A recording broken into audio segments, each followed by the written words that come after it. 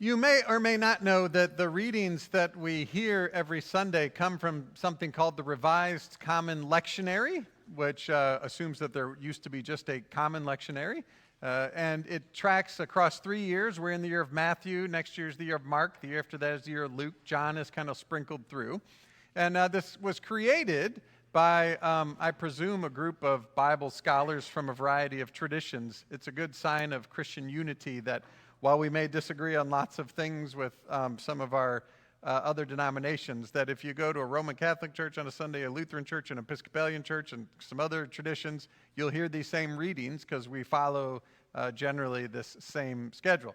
And they're meant to be thematic so that when you hear the gospel reading, it gets connected by themes to the other readings for the day. Sometimes that's a little bit hard to see. Today, it is quite clear. We start in a passage from Isaiah where God is speaking through the prophet to the people and likens the people to a vineyard.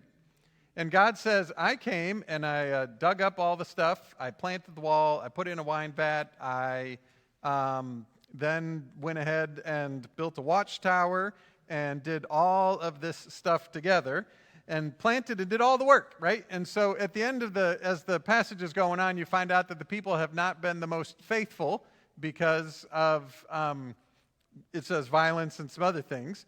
And God poses a question. He says, you all were the vineyard, and yet here I am. I've done all the work. What else could I possibly have done? When I hear that, I think of like little kids. You can dress them for school. You can feed them. You can take them to school. Can you do their learning for them? No, right? You can do a whole bunch of work, but you can't do their learning. I think God is saying to the people of Israel, you were the vineyard, and I did all the work that I possibly could do, but you actually have to live life. And in the end, he says, instead of being the grapes I expected, you came out as wild grapes.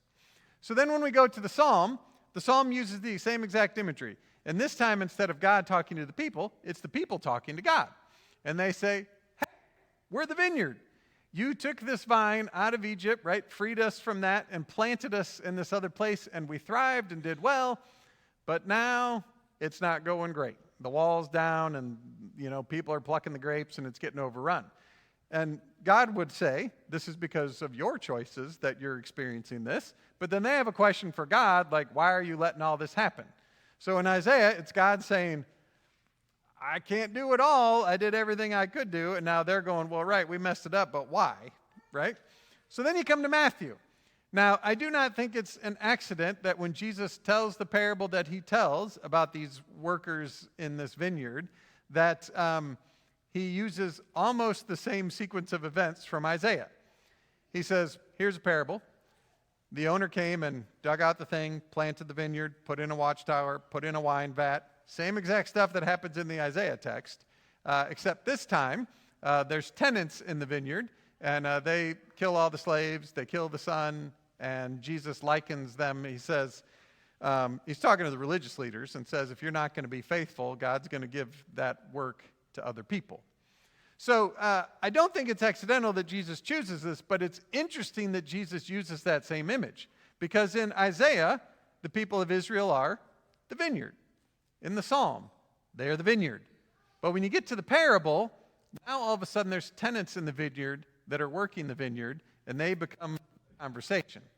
And I think Jesus probably did this on purpose, because this move from being the vineyard to being the tenants in the vineyard is not disconnected from the creation story. If you recall the creation story, God creates in stages, right? First there's like light and dark, and then seas and land. Eventually there's creatures, including people. So the people are created. They are part of the creation. But in the creation story, they are also the caretakers. They are meant to be the stewards of the creation. And so when Jesus uses the same imagery from Isaiah, where the people of Israel were a vineyard, but now flips it around to where they're possibly the tenants, I think Jesus is saying, like in the creation, you are both created and caretaker. You are both vineyard and the ones that care for the vineyard. And with that framing in mind, then, what Jesus has to say in criticism of the religious leaders in particular is you're not being very good caretakers as the created ones that I've put in this place. And there's a particular thing that their problem is, and that's that they get confused about whether or not they are the tenants or the owners. I would say they get confused about whether or not they are the caretakers or the creator. Now, that's not a new confusion. If you go back again to that creation story where they're both the created and the caretaker, they end up getting to a place where they want to be like God. They get confused, right? When they eat of the fruit in the garden, it's because they're told they'll know what God knows. So they get confused about being the created caretaker versus being the creator. And that confusion comes back in Scripture. The Tower of Babel, they were trying to build up all the way to the heavens, right? Wanting to be where God is. And it's a confusion that carries through into this parable. They get confused about being the caretaker, the created, versus being the owner. Now, I will tell you, my wife and I have spent more than half of our almost 26 years of marriage renting. And I have never one time been confused about when I'm renting and when I'm owning. If the garage door spring breaks when you're renting, whose problem is that? Landlord. If the refrigerator stops working, whose problem is it? If it stops working again? Landlord. Third time? Landlord. If the heating element in the oven goes out, whose problem? Landlord. If the HOA gives you a notice that the fence is in disrepair and needs to be cleaned up and re-stained, whose problem is that? Landlord. All of these things happened in one of the places we lived, and none of them were my problem, including the bathroom fan that stopped working, like the exhaust fan. Now, never once did I think, gosh, should I be investing more in this property than I'm paying in rent, and should I take more of an ownership stake? Because that wasn't the thing. Now, where we live now, we've been here for 8 years, and technically, like we would say, this is a home we own, but really, the bank owns most of it, right? But we talk about it as ownership. Now, if the garage door spring breaks, whose problem is it? Mine. And there's a very different expense to that from when I was renting. So I never get confused about this. So if we come back to this parable, right, where Jesus is telling this story where people are getting confused about being the tenants versus the owner, we have to say maybe this isn't really about property, but about something bigger. And this is where we can go back to that creation story and those other stories and narrative and say sometimes we get confused about who God is and who we are. And we can see this if we just look around the world. When little kids get old enough to talk, what is one of the first words they start to use? No, mine, right? Now, does a 2-year-old have a job that buys the toys they play with? No. Are those toys going to be theirs forever? Probably not. But they treat them as if they are the owners of them as opposed to the ones who play with them.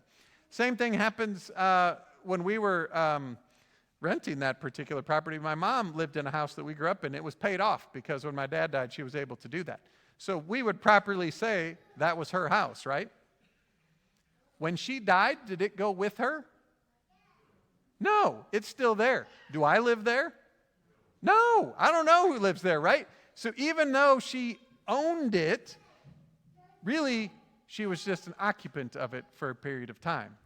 But this idea of ownership is one that we really have, right? So if we start to talk about debates about tax policy and all the rest of that, sooner or later somebody says, hey, I earned this. This is mine, right? Do you take any of it with you when you die? No, right? And so you can look around in the world and think about all the wars we have. How many wars have we had because there was a boundary line that somebody said, that's in the wrong place because actually that's ours, right? Wanting to take ownership of something that you're really just a temporary occupant of. But it goes deeper, right? When you think about God's presence among us, not always easy to discern. So if you don't have a sense that God is among us, who should take care of you then? You have to take care of yourself, right? So when we get into those spaces where we start to say, that's mine, and that's, fighting about stuff during whatever we do with other people, a lot of that comes down to us feeling like we have to take care of ourselves, and then we forget that we are created and that there's a creator who promises all kinds of stuff for us. So as Jesus tells this parable, I think Jesus is speaking into this confusion that we live into a lot. where we lose sight of who God is, that God is, and then we start to default to fighting for everything to take care of ourselves. And when we get into that space of wanting to be the creator for ourselves, what the Bible passage today tells us is violence starts to happen. That's what God says in Isaiah. You got violence and you reaped injustice. And in the parable Jesus tells, it turns to violence. Now that violence may not always be physical violence, right? It can just be the ways that we do harm to each other in our relationships. So if there's this confusion there, then what is Jesus inviting us to do differently? Now, for all of this difference between renting and owning, there's actually a third option. When we were in that particular rental property where the garage door and all that stuff broke, there actually was a management company. So I would say that in that case, we were the tenants, there was the landlord, and in between was the caretaker. So when the garage door spring broke, I just called, and then they had to go find a contractor, and they had to come and make sure the work got done right. They had to make sure they got paid and that the landowner got paid their bit. Well, on the third time the refrigerator broke, the landlord actually called us. And we tried not to communicate with them because that's why they hire a management company. And he said, I'm really sorry about this. We're going to get you a new refrigerator.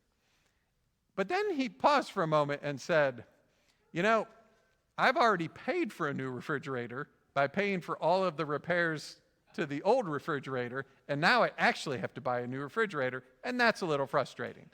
And I said, I understand. And I said, I was a little surprised you didn't want to get the bathroom fan fixed, to which he said, what's wrong with the bathroom fan? Now, the management company had told me the landlord doesn't want to get it fixed. And this is where he and I started to have a conversation about how good of a steward this caretaking, right, this management company, how good of a steward were they really being of the property and of the landlord's resources? Because this is the thing. I'm not saying everybody is this way, but do we generally treat things we're renting the same as things that we think we own? Not generally, right? And so the expectation is that this caretaker is helping care for that space. So then the landlord had a proposition for us to give us some credit on our rent and have us actually be not just the tenants, but also the management company, or I would say caretaker. So now, when something breaks, whose problem is it? No, it's still the landlord's problem. I'm just now more responsible for it than I used to be. Now I'm the one that has to go find a contractor, and I'm the one that got to make sure they get paid and make sure the land, right? There's this in-between space where God has created us to be caretakers, to treat things as if, right, they all belong to God and not as if they're just things that we cast away.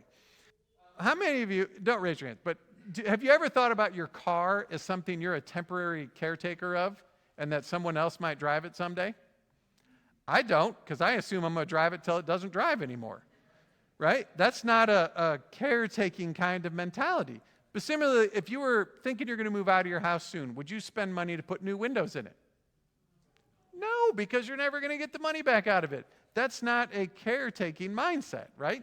But if you think about a house as a just vessel of, right, protection and a place where people can have shelter over their heads, and our job is to occupy it for a little while and then hand it on to the next people, we might treat it a little different, whether we rent it or whether we own it, because there's this caretaking mindset. Ultimately, I think that is part of our caretaking of the world, but I don't think Jesus is necessarily just talking about stuff. Because Jesus came into the world, did he have any stuff? No. Did he come and act like he owned the place because he created it, or did he come and act like he was a caretaker? Caretaker, right? He was a caretaker of people, and as he tried to teach them to be caretakers as created beings, he said, listen, the first will be last and the last will be first, right? Serve your neighbor, love your neighbor. He came to show us how to be the created caretakers that we were meant to be. Now, what ends up happening to him? He gets executed, which is part of the parable, right? The son that comes, the owner's son gets killed. But the thing is, Jesus doesn't stay dead, so the owner's son is still hanging around. to remind us again and again that we are created caretakers of all this stuff. If we go back to the passage in Isaiah, God's question was, what else do I have to do? I literally did all the work. And that Jesus uses that same text, right, when he tells this parable of Matthew, I think is suggesting that God is saying, I did all the work. I created you. You were good. You were fearfully and wonderfully made. I have died and been raised for you. So go and be the created caretakers that I have meant you to be, living in the grace and love and the mercy that comes to you each and every day. Amen.